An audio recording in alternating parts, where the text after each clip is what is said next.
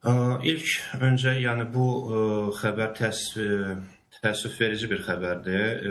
Yəni xoş deyil ki, mən bir memar kimi deyim ki, yəni bir memarın öz yaratdığı bir binasına cəmiyyətin gəlib orada belə bir özünü ifadə eləməyi təbii ki, biraz problemli görsənir. Amma bu siz də vurğuladınız, yəni Bakı üçün şeydə deyil, yəni çox da populyar olan bir problem deyil. Açığı axırıncı dəfə zənnim mən aldadımsa 2022-ci ildə şəhərdə belə bir problem olmuşdu.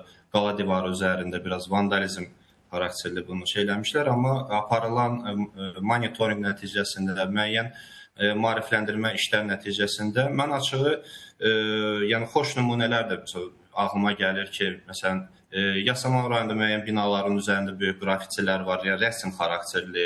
Suraxan rayonunda mən məsəl üçün görmüşəm, bir ağac var yanında binanın üzərində boşluqda bir qız uşağı düzəldilər ki, o ağacı güya suluyur, nəsə şeydir. Yanından keçəndə bir xoş olur. Hələ şəhər qoruğunun özündə bir çox boş divarların üzərində, yəni şərait yaradılıb, cavan uşaqlar, rəssamlar onunla faydalanırlar, eləyirlər.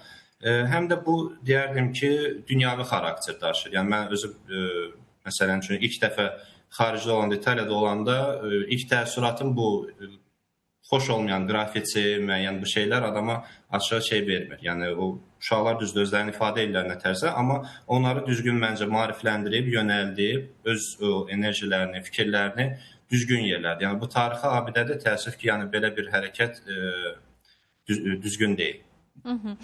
Digər tərəfdən Səttar bəy, eyni zamanda bu kimi hallar bizim belə deyək, siz də qeyd etdiniz, mən də bundan öncə vurğulamışdım. Mədəniyyətimizə o qədər də xas olan bir məqam deyil. Ələxsus da ki, bunun belə bir tarixi abidə üzərində icra edilməsi isə ümumiyyətlə bizə xas bir məqam deyil. Bu mənada həm də ki, tarixi abidələrimiz üçün necə bir təhlükə yaradır, onu da danışaq istəyirəm. Çünki bu qrafiti çəkildi, daha sonra həmin ərazidə onların bilmirəm, təmizlənməsi ya da boyanması işləri aparıldı, amma eyni zamanda da hər vəclə bir təsiri qalır, elə deyilmi? Yəni bu abidələrə bir zərəri qalır. Əlbəttə, müəyyən fasad materialları ilə o ilkin olduğu kimi qalmır. Yəni videolardan da biz görə bilərik, canlı gelib müşahidə edə bilərik. Yəni ilkin o olduğu vəziyyəti getirmək vəsait tələb eləyir.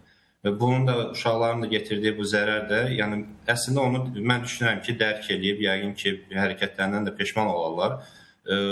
Amma yəni bunu dediyim kimi, onların hərəkəti əsasında onları maarifləndirmək lazımdır. Yəni bir cəmiyyət olaraq, valideynlər olaraq ki, onları olduqları bu fikirləri düzgün səmtə, yəni bunu dəftərdə eləmək olar, bunu hansısa bir art elementdə, sərgidə iştirak edib, nətərsə bu fikirləri bölüşmək olardı. Yəni bu divardır.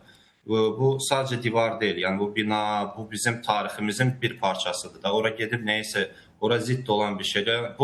Bunlar heç olmasa yazıblar. Yəni elə təəssüf edici hallar olur ki, kimsə onu cızır, daha ciddi zərərlər yetirir və aşağı bu çox acınacaqlı olur təəssüf ki.